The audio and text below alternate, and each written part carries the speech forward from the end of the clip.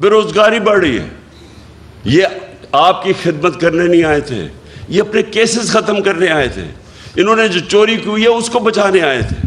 یہ اسحاق ڈار جیسا فراڈ یہ اب اسی این آر او ڈیل کے تحت یہ پاکستان پہنچا ہے. اور ہماری بڑی بدقسمتی ہے کہ ہمارا نا انصاف کا نظام اس کو روک سکا, اور نہ ہمارے وہ لوگ جو ملک کے محافظ ہیں بنتے ہیں, نہ انہوں نے اس کا راستہ روکا. اور کون روکے گا؟ انشاءاللہ آپ کا بھائی عمران خان انشاءاللہ اس کا راستہ روکے گا.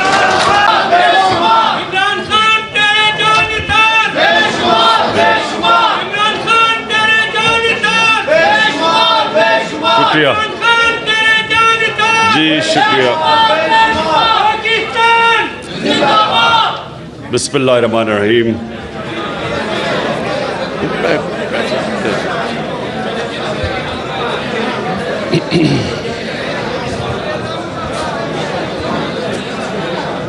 ایاک نعبد و ایاک نستعین.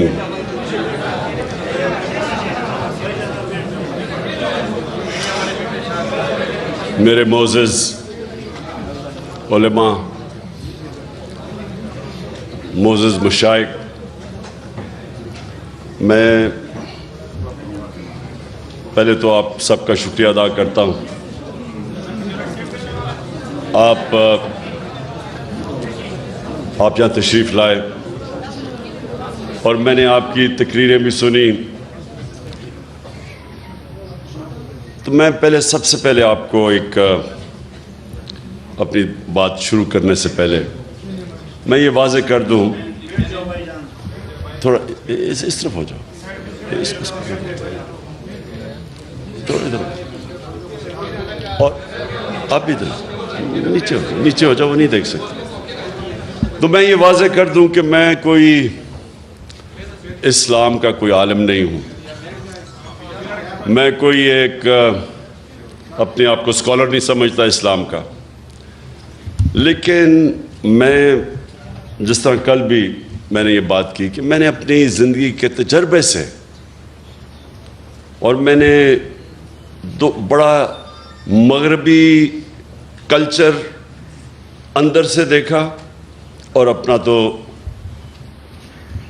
میں جانتا تھا. ہم بڑے ہوئے ایک ایسے گھر میں جدھر شروع سے ہی ہمیں بڑی تربیت دی گئی اسلام کی. تو لیکن مجھے جو فرق ہے باقی لوگوں سے, میں جو مغربی کلچر ہے وہ میں شاید ہی کوئی اتنا بہتر سمجھتا ہوں جو میرے سے زیادہ. تو میرا جو زندگی کا سفر وہ اس طرح ہوا کہ میں جب دونوں کلچر کا موازنہ کیا تو آہستہ آہستہ میں اس نتیجے پہ آتا گیا کہ وہ جو مغربی معاشرہ ہمارے سے آگے نکلا ہے اور ہم پیچھے رہ گئے, میں آہستہ آہستہ اس نتیجے پہ آ گیا کہ اس کی ایک وجہ ہے کہ ہمارے نبی صلی اللہ علیہ وسلم رحمت للعالمین, ہمارا جو رب ہے وہ رب العالمین ہے, رب المسلمین نہیں ہے, مسلمانوں کا خدا نہیں ہے, انسانوں کا خدا ہے. اور ہمارے جو نبی صلی اللہ علیہ وسلم تھے وہ سارے انسانوں کے لیے رحمت بن کے آئے تھے. اللہ چاہتا تو وہ صرف مسلمانوں کے لیے رحمت بن کے آئے, لیکن وہ سب انسانوں کے لیے رحمت بن کے آئے تھے. اس کا کیا مطلب ہے؟ اس کا مطلب یہ ہے کہ جب اللہ ہمیں حکم کرتا ہے کہ نبی صلی اللہ علیہ وسلم کی شریعہ پہ چلو, ان کی سنت پہ چلو, تو وہ ہماری بہتری کے لیے اللہ کہتا ہے. یہ میں آپ کو پھر بتا رہا ہوں کہ یہ میں اپنے زندگی کے تجربے سے ان چیزوں پہ پہنچا, ان نتیجوں پہ پہنچا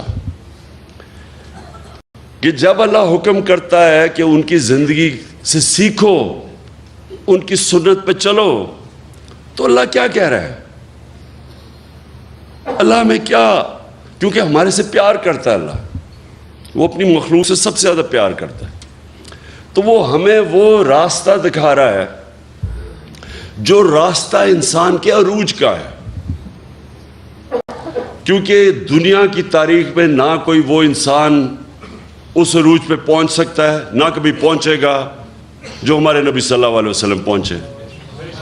پہنچ ہی نہیں سکتا کوئی اتنا بڑا لیڈر نہیں بن سکتا. کسی ایک انگریزی کتاب ہے کہ دنیا کے جو 100 سب سے عظیم لوگ، انگریزی کی کتاب ہے، ولیم ہارٹ انگریز نے لکھی ہوئی ہے. اس میں وہ کتاب 100 انسانوں کی بات کرتا ہے کہ دنیا کے سب سے عظیم انسان تھے. اس میں جو وہ سب سے نمبر 1 رکھتا ہے وہ ہمارے نبی صلی اللہ علیہ وسلم کو رکھتا ہے. کیوں رکھتا ہے؟ کیونکہ کسی انسان نے اتنی زندگی میں اچیومنٹ کی نہیں. کسی انسان نے وہ دنیا کے اندر اس کو وہ عروج ملا ہی نہیں، وہ کام کیے ہی نہیں جو ایک انسان نے کیے. میں جب یونیورسٹی میں تھا ہم کتابیں پڑھتے تھے کہ جی وہ فلانا آدمی بڑا کامیاب ہے. میں کرکٹ کی بھی کتاب جو اچھا کھلاڑی تھا اس کے اوپر پڑھتا تھا. کیوں پڑھتے تھے؟ کیونکہ ہم ان سے سیکھنا چاہتے تھے، ہمارے رول ماڈل تھے.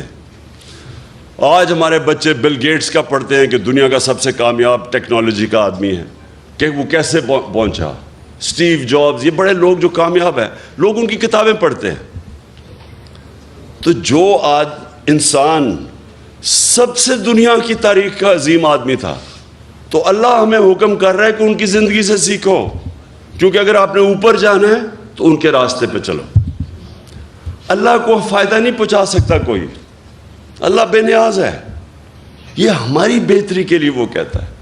تو میرا یہ سب سے پہلا یہ نتیجے پہ میں کیسے پہنچا، کیونکہ جب میں نے دونوں معاشرے دیکھے، آپ حیران ہوں گے کہ جو مدینہ کی ریاست کے اصول بنائے تھے میرے نبی صلی اللہ علیہ وسلم نے، آپ حیران ہوں گے کہ وہ ان اصولوں پہ وہ مغربی معاشرے چل رہے ہیں. جو انہوں نے مدینہ کی ریاست پہ ایک ان انسانوں کو جن کی کوئی حیثیت ہی نہیں تھی، ان کو دنیا کی امامت کروا دی. اور یہ تاریخ کا حصہ ہے. ایک کتاب ہے بڑی تاریخی کتاب، اس کو کہتے ہیں دا فال آف رومن ایمپائر. ایک بڑا ہسٹورین گبنز اس نے لکھی ہوئی ہے. اس میں ایک پورا چیپٹر ہے کہ کیسے وہ رومن ایمپائر جو اتنا بڑا سلطنت تھی، سپر پاور تھی، وہ کیسے گری. اس میں پورا چیپٹر ہے کہ ایک انسان اٹھا عرب سے اور دیکھتے دیکھتے اس نے گھٹنے ٹیک دیے اس کے سامنے. تو اس نے کیا کیا؟ جو چیزیں کی نا وہ تھی مدینہ کی ریاست میں انہوں نے بنیاد رکھی. بنیاد کس چیز پہ رکھی؟ سب سے پہلی بنیاد رکھی عدل اور انصاف پہ. یہ جو آپ ایک چیز یاد رکھ لیں کہ جس معاشرے کے اندر قانون کی حکمرانی نہیں، جدھر انصاف نہیں، وہ جانوروں کا معاشرہ ہے. جانوروں کے معاشرے میں انصاف نہیں ہوتا. اللہ نے جتنے اپنے پیغمبر بھجوائے دنیا میں 1,40,000، وہ سارے ایک ہی پیغام دینے آئے تھے کہ جانوروں سے مختلف انسان کی معاشرے میں انصاف ہونا چاہیے. اور انصاف کا مطلب ہوتا ہے طاقتور اور کمزور کے لیے ایک قانون، قانون سے اوپر کوئی نہیں ہوتا. یہ یاد رکھیں، یہ سب سے بڑی بنیاد رکھی جاتی ہے ایک انسانی معاشرے پہ. جو نبی صلی اللہ علیہ وسلم، ان کے پاس ایک قریش، اس نے کہا جی قریش کی لڑکی نے چوری کی ہے، اس کو معاف کر دیں، قریش کی لڑکی ہے. تو انہوں نے کہا کہ میری اگر بیٹی بھی چوری کرے گی تو اس کو سزا ملے گی، کہ کوئی قانون سے اوپر نہیں ہے. اور پھر انہوں نے یہ کہا کہ تمہارے سے پہلے قومیں تباہ ہوئیں، جدھر ایک چھوٹا چور چوری کرتا تھا وہ جیل میں چلا جاتا تھا، لیکن طاقتور کو اس ملک کا انصاف کا نظام نہیں سزا دے سکتا تھا، قوم تباہ ہو جاتی ہے. یعنی کہ جس قوم میں انصاف نہیں ہوتا وہ تباہ ہو جاتی ہے. جو حضرت علی رضی اللہ تعالیٰ نے کہا کہ کفر کا نظام چل جائے گا، لیکن ناانصافی اور ظلم کا نہیں چل سکتا، ظلم کا نظام. آج اگر آپ نے دیکھنا ہے عدل اور انصاف، میں آپ کو ملک بتا دیتا ہوں، سوئٹزرلینڈ چلے جائیں، سب سے خوشحال ملک ہے، وسائل ہیں ہی نہیں۔ پاکستان میں اللہ نے اتنی نعمتیں بخشی ہیں وسائل کی حیثیت سے، لیکن سوئٹزرلینڈ میں تو ہے ہی کچھ نہیں۔ وہاں خوشحالی دیکھیں جا کے۔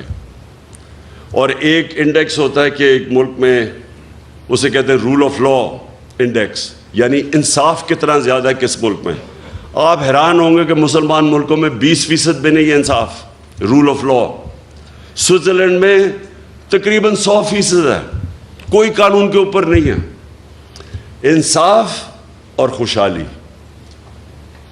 ظلم کا نظام اور تباہی، یہ میرے نبی نے تب کہہ دیا تھا۔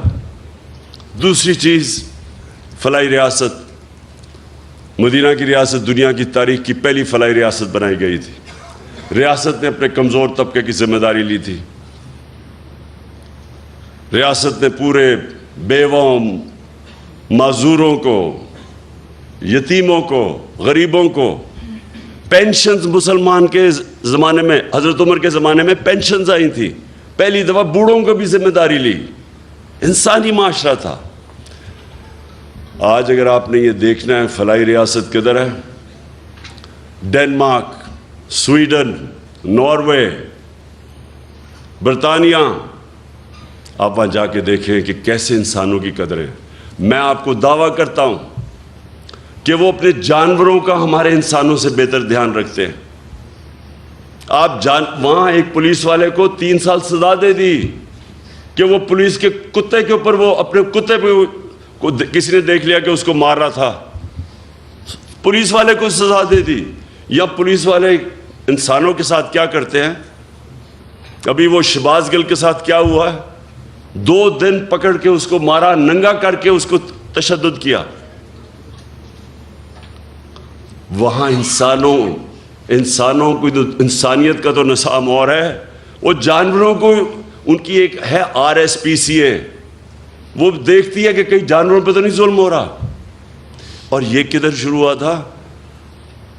حضرت عمر نے کیا کہا تھا کہ اگر کتا بھی میری ریاست کے اندر بھوکا مرے میں ذمہ دار ہوں۔ بس میں ذرا چاہتا ہوں کہ میری آپ آج بات سن لیں، کیونکہ میں پھر آخر میں آنے لگا ہوں یہ حقیقی آزادی کے اوپر۔ دیکھیں، جو نبی صلی اللہ علیہ وسلم کی سنت پہ چلے گا معاشرہ، وہ اوپر چلا جائے گا، چاہے وہ مسلمان ہیں یا نہیں ہیں، کیونکہ وہ رحمت للعالمین ہے۔ اور جب ہم اپنے آپ کو مسلمان کہتے ہیں اور ان کے اصولوں پہ نہیں چلتے، تو پھر ہمارے سامنے تو انہوں نے کہا ہے کہ قومیں تباہ ہو جاتی۔ آج اب دیکھیں، میں زندگی کے 20-30 سال مغرب میں گزارے، وہاں تصور بھی نہیں کوئی کر سکتا کہ ایک ملک کا مجرم پکڑا جائے کہ لندن کے اندر بڑے بڑے محلات لیے ہوئے اور ایک رسید نہیں ہے کہ کدھر سے پیسہ آیا۔ 3 دفعہ پرائم منسٹر، بچے اس کے لندن بیٹھے ہیں، اربوں روپے کے گھروں میں رہتے ہیں، کہتے جی ہم پاکستانی شہری نہیں، اس لیے ہم بتاتے نہیں ہمارے پاس پیسہ کدھر سے آیا۔ وہ عدالت، سپریم کورٹ اس کو کنوکٹ کرتی ہے، مفرور جھوٹ بول کے ملک سے باہر بھاگتا ہے، اور وہ آج پاکستان کے فیصلے کر رہا ہے وہاں بیٹھ کے۔ ابھی یہ جو آڈیو لیکس آئی ہیں، یہ جو انکشاف آپ کے سامنے ہوئے ہیں، ان کے اندر پتہ چلے گا کہ وہ سارے ایک مفرور، ایک کرپٹ آدمی، ایک جھوٹا آدمی، ایک اربوں روپے اس ملک کے چوری کر کے بڑے بڑے محلت میں باہر رہنے والا آدمی، وہ ملک کے فیصلے کر رہا ہے۔ یہ مغرب میں تصور بھی نہیں ہے۔ اور اس کا جو منشی اسحاق ڈار، وہ جو آیا ہے، یہاں پہنچا ہے، سوچیں کہ اس کو نیب نے بلایا، پوچھا کہ تمہاری پراپرٹیز کدھر سے آئی ہیں، بجائے جواب دینے کے لیے پرائم منسٹر کے جہاز میں مفرور ہو جاتا ہے۔ نون لیگ کے زمانے میں وہ آج پاکستان آ گیا ہے اور فائنانس منسٹر بن رہا ہے. یعنی اب پاکستان کا پیسہ فائنانس کس کے حوالے کر رہے ہیں؟ جو مفرور 5 سال سے بھاگا ہوا تھا کہ جی میری طبیعت ٹھیک نہیں تھی. وہ ابھی تک یہی نہیں پتا کہ 5 سال کس چیز کا علاج ہو رہا تھا. اس کا کوئی ایسی بیماری ابھی تک پتہ ہی نہیں ہے جس کو 5 سال لگ رہے تھے. وہ بیماری نہیں تھی, ڈرا ہوا تھا,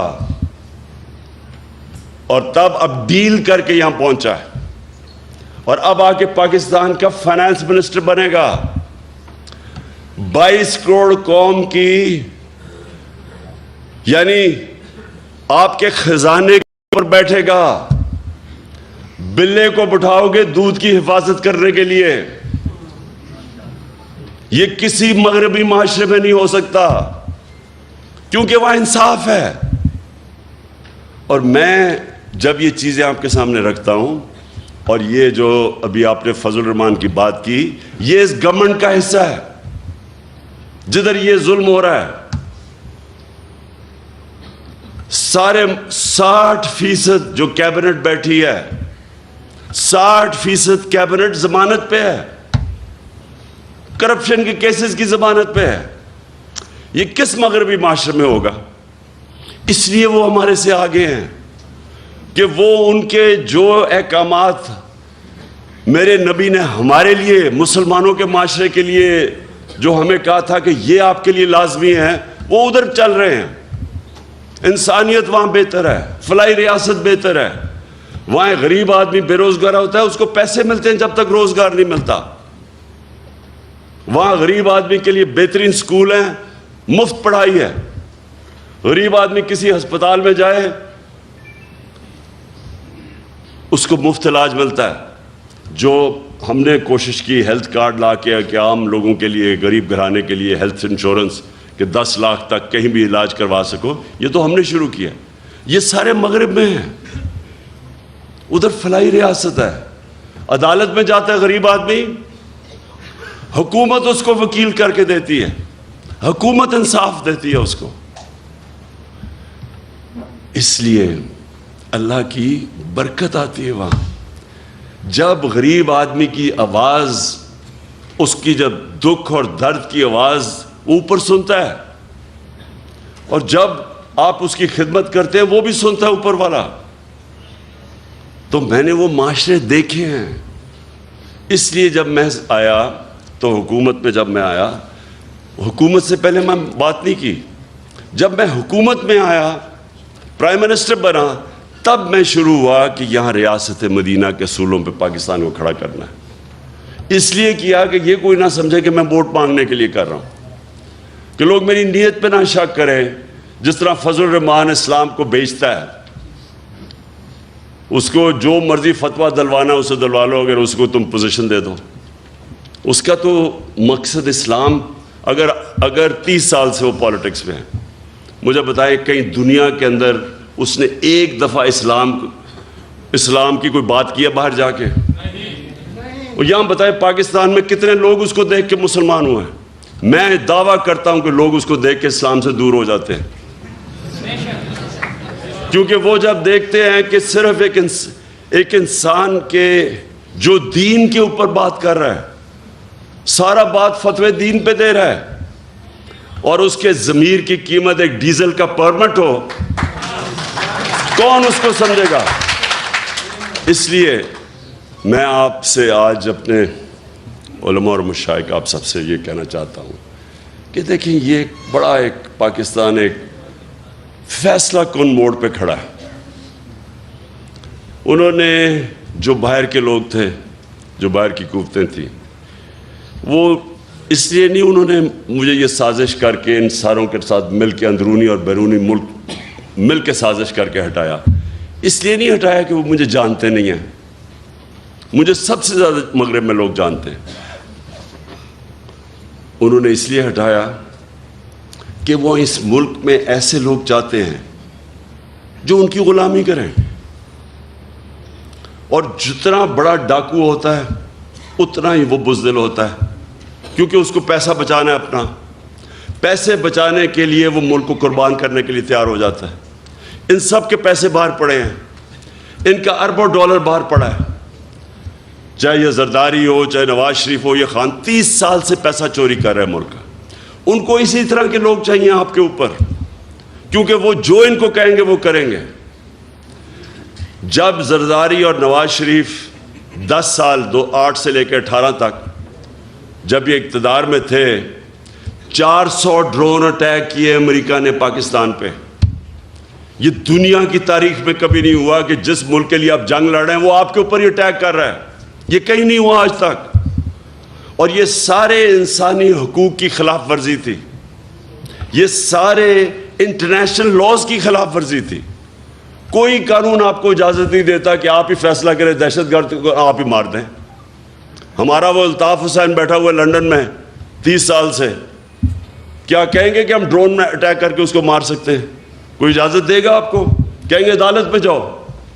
اور ہمارے یہاں لوگوں کو کتنے بے قصور لوگ مارے یہاں، اور یہ دو بیٹھے ہوئے تھے، ایک دفعہ ان کے منہ سے امریکہ کے خلاف بات نہیں نکلی۔